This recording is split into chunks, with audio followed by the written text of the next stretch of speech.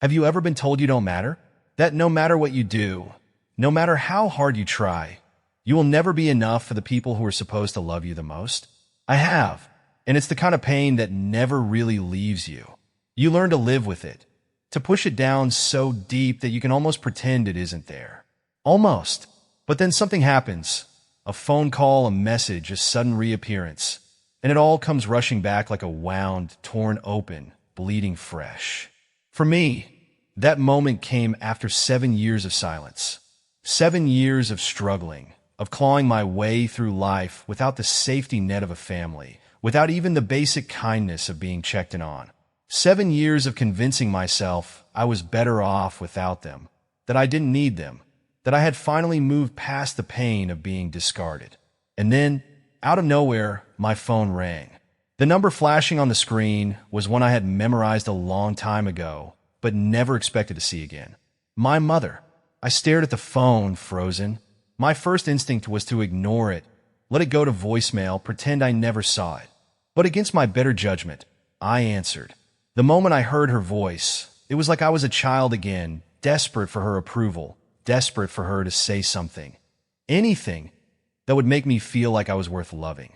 But she didn't call to tell me she missed me. She didn't call to apologize, to say she regretted how she had treated me. No, she called because she needed something. Emily, sweetheart, we need you. Not we miss you.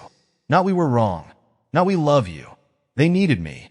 And suddenly, just like that, I wasn't invisible anymore. For years, I had been nothing to them. Less than nothing. They had made their choice when I was 18. When I needed help with college, when I begged for support, when I was drowning and just needed something. Anything to keep me afloat, they looked at me and said no. They said they didn't have the money, that times were hard, that they just couldn't do it. A month later, they bought Jessica a brand new car. I remember standing in the driveway, watching as she squealed and hugged my parents, running her hands over the sleek new paint.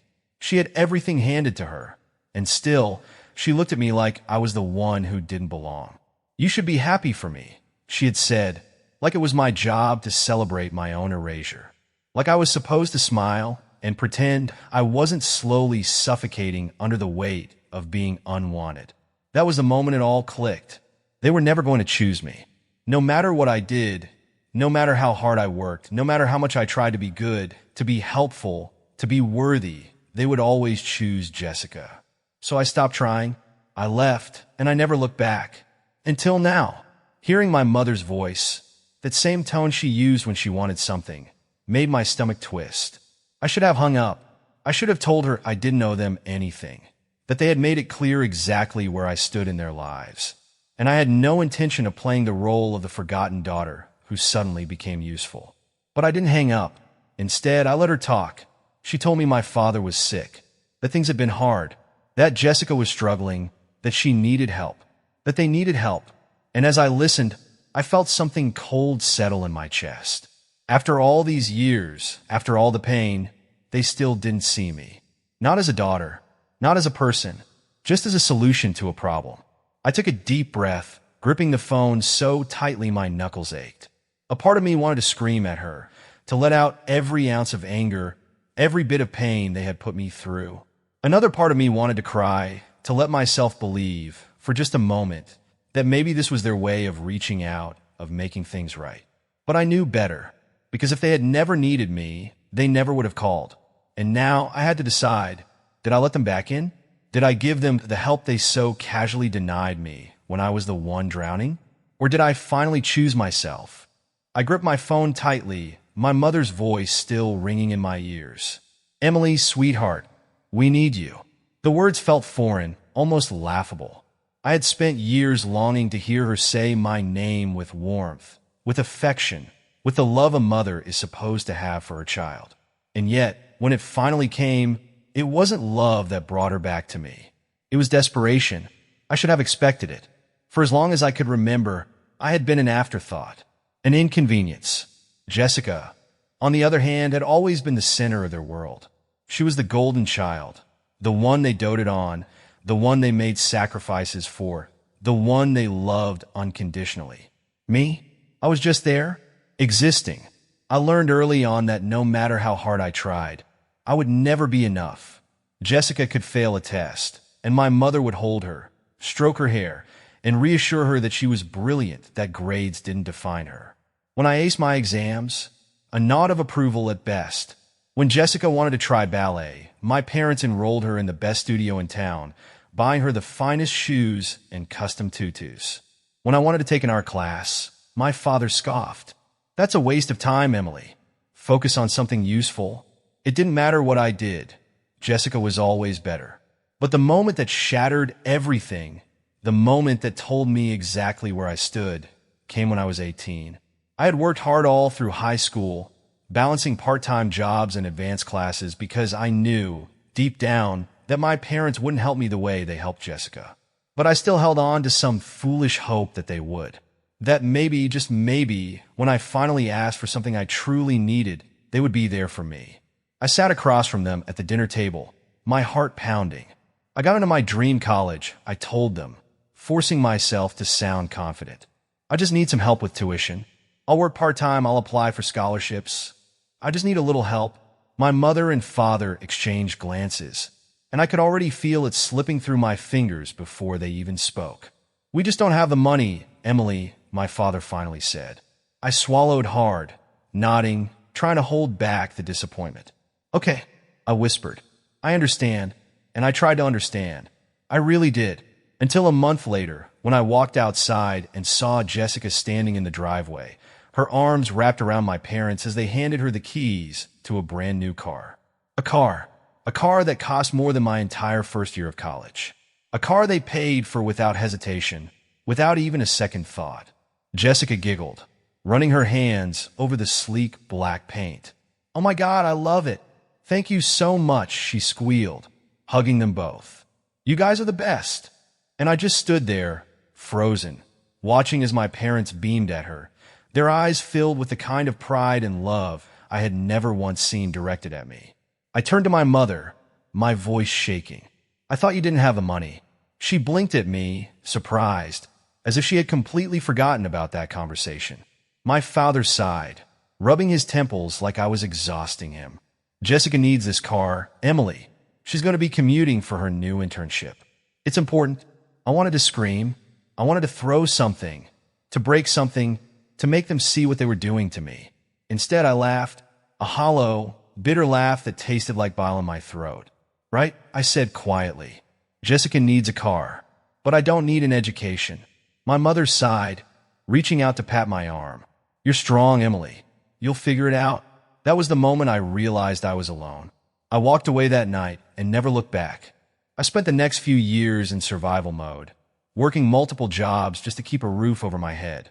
There were nights I came home so exhausted I could barely stand, nights I sat on the cold kitchen floor eating dry ramen straight from the package because it was all I could afford. And the whole time my family never called, never checked in, never wondered if I was okay, because to them, I wasn't. I didn't exist. By the time I was 21, I had finally saved enough to move into a tiny apartment of my own.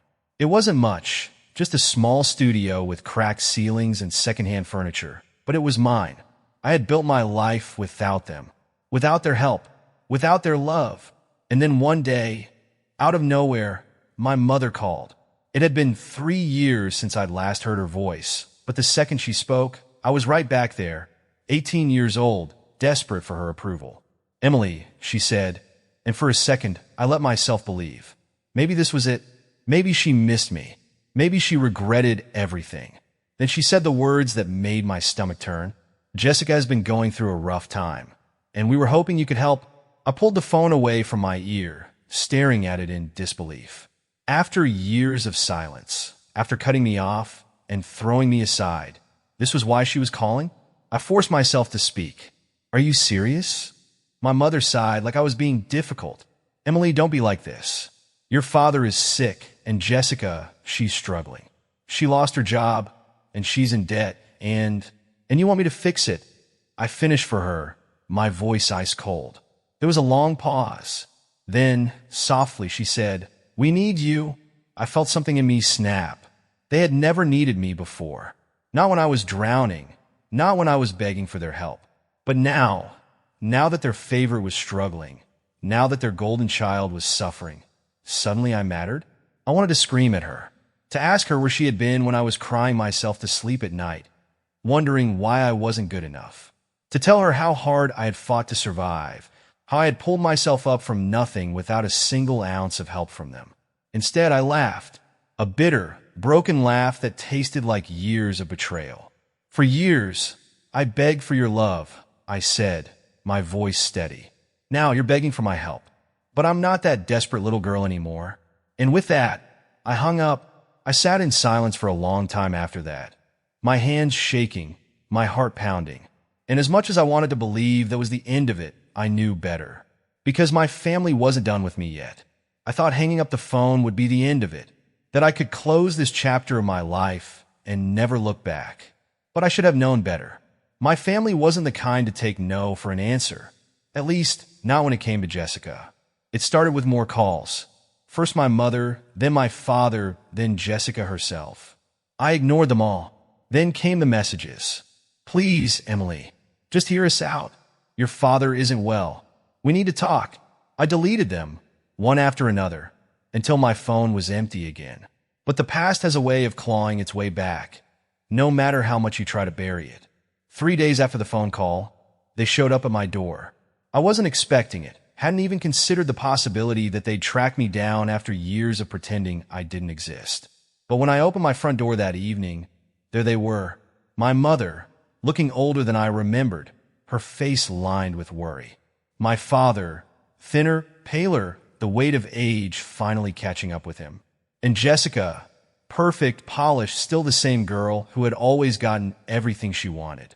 Except now there was something else in her eyes, a flicker of something I had never seen before. Desperation. For a moment, I said nothing. I just stood there, gripping the edge of the door, willing my heart to stay steady. I had imagined this moment so many times, fantasized about the day they would realize they had thrown away something valuable.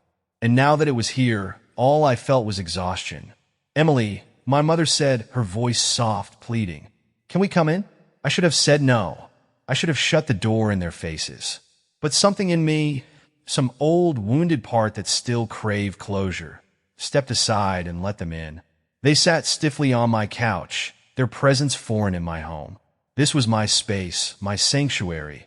And yet they sat there like they belonged, like no time had passed, like they hadn't spent the last 7 years pretending I was dead to them. Jessica spoke first. I know this is a lot, and I know you're probably angry.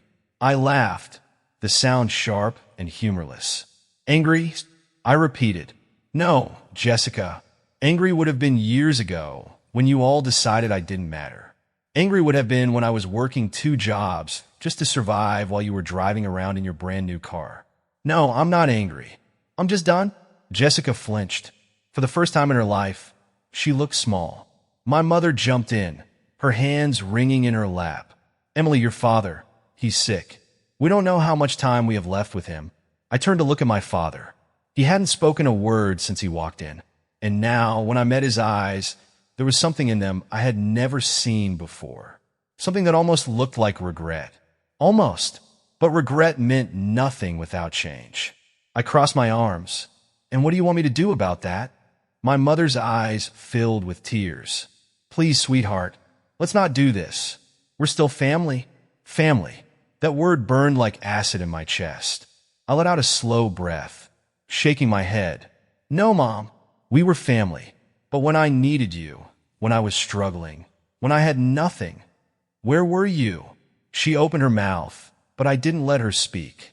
You were there for Jessica, I continued, my voice rising. You found the money when she needed it.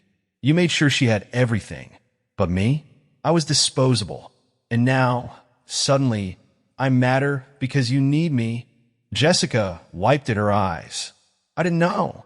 You didn't care? I corrected sharply. None of you did. Silence filled the room, thick and suffocating. Then my father finally spoke. His voice was hoarse, weak. We made mistakes, he admitted, his eyes heavy with something I couldn't quite place. But we're still your parents. I swallowed the lump in my throat. I had wanted this moment for so long. To hear them acknowledge what they had done, to finally have them see me. But now that it was here, it felt hollow. Empty, because it didn't change anything. I shook my head. You don't get to pull the "we're still your parents" card now. You lost that right when you chose Jessica over me.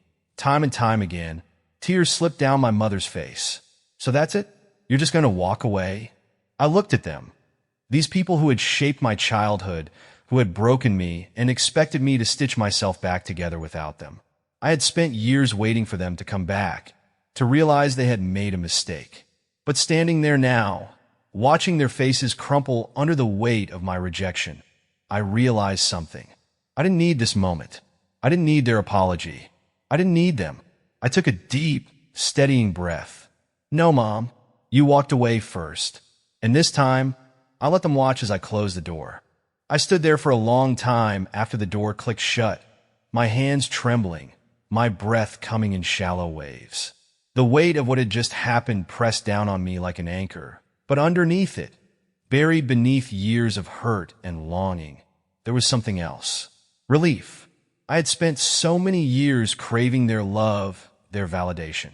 I had spent nights staring at my phone, wondering if they'd ever call, if they'd ever realize what they had done. I had imagined this moment over and over, what I would say, how I would make them feel the way they had made me feel.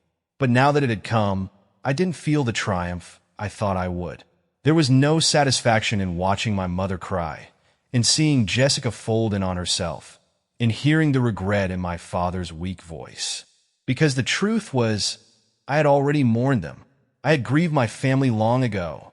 I had laid them to rest in my heart, forced myself to accept that I would never have the parents who supported me, who chose me, who saw me. I had lived through that loss, and I had survived it. And now they wanted back in, not because they had changed, not because they had finally seen me, but because they needed something. And I refused to be needed more than I was loved. I turned away from the door, walking into the quiet of my apartment. It was small, but it was mine. It was built from the ground up by my own strength, my own resilience. No one had handed this life to me. I had fought for every inch of it, and I wasn't going to let them take even a piece of it now. I sank onto my couch, letting out a long breath. My hands were still shaking, the adrenaline still pumping through me. I could hear my mother's voice echoing in my head. So that's it? You're just going to walk away? And the answer was yes, because for years I had been the one left behind. For years, I had been the one standing in the shadows, watching them pour all their love into Jessica, watching them make excuse after excuse for why I wasn't enough. For years, I had been the one begging for their love. And now, they were the ones begging for me. I should have felt guilt. A part of me, the part that had been conditioned to always want their approval, whispered that I was being cruel, that they were my family, that I should forgive, that I should let them back in. But another part of me, stronger, steadier, reminded me of all the times I had needed them. The nights I had cried myself to sleep, the times I had scraped together pennies to afford a meal, the moments when I had nothing and they had been nowhere. Where was their guilt then? I thought about Jessica, the way she had sat on my couch looking smaller than I had ever seen her. There had been something in her eyes, something raw and real, that made me pause. Maybe for the first time in her life, she was experiencing what it felt like to be cast aside. Maybe she was realizing that the world didn't revolve around her. Maybe she was learning what it felt like to be me. And for a brief second, I wondered, was this my chance to be the better person? To step in and help? To show her the kindness that she had never shown me? But then I heard my own voice in my head, steady and certain. I built my life without them, and I will keep living it without them. Jessica would survive, just like I had. I wasn't going to be her safety net. I wasn't going to be anyone's second choice ever again. I pulled my knees up to my chest, exhaling slowly. The pain of the past would always be there, lingering in the corners of my heart. But it didn't own me anymore. I had spent so long thinking that closure meant reconciliation, that in order to heal, I had to forgive them, to let them back into my life. But now I understood closure wasn't about making amends. It wasn't about finding a way to fix the broken pieces of our past. It was about choosing myself, and I was finally choosing me. I closed my eyes, letting the silence settle around me. Some doors were better left closed, and this one, I was locking for good. For the first time in my life, I was free, and I would never look back. They treated me like I was disposable. But I wasn't, and I never will be again. I sat there in the quiet of my apartment, the weight of everything settling in, the echoes of my mother's pleas, Jessica's desperation, my father's silence. They lingered in the air like ghosts from a past life. But that's all they were now, a past life. I had spent years waiting for this moment, waiting to see the day when they would realize what they had lost. And now that it had come, I didn't feel victorious. I didn't feel powerful. I just felt at peace because I finally understood closure wasn't about fixing things. It wasn't about hearing an apology that would never be enough or offering forgiveness I didn't know. Closure was about choosing myself, knowing that I didn't need them, that I never did, and walking away. That was the greatest choice I had ever made. But now I have to ask you, what would you have done? If the people who abandoned you suddenly needed you, would you forgive them? Would you let them back into your life, hoping they had changed? Or would you turn away, knowing that some wounds cut too deep to ever fully heal? I know that for some, family is everything. That blood means loyalty, that no matter what, you stand by the people who raised you. And maybe that works for some. Maybe in another life I could have been one of those people. But not in this one, because family isn't about blood. It's about who stands by you when you need them the most. And they weren't there for me. So now, I'm not there for them. Now it's your turn. What would you do? Let me know in the comments. Let's talk about it. Because I know I'm not the only one who's been through something like this. I know there are people out there who have been cast aside, made to feel like they didn't matter. And if that's you, if you're still carrying that pain, just know this. You are not disposable. You never were.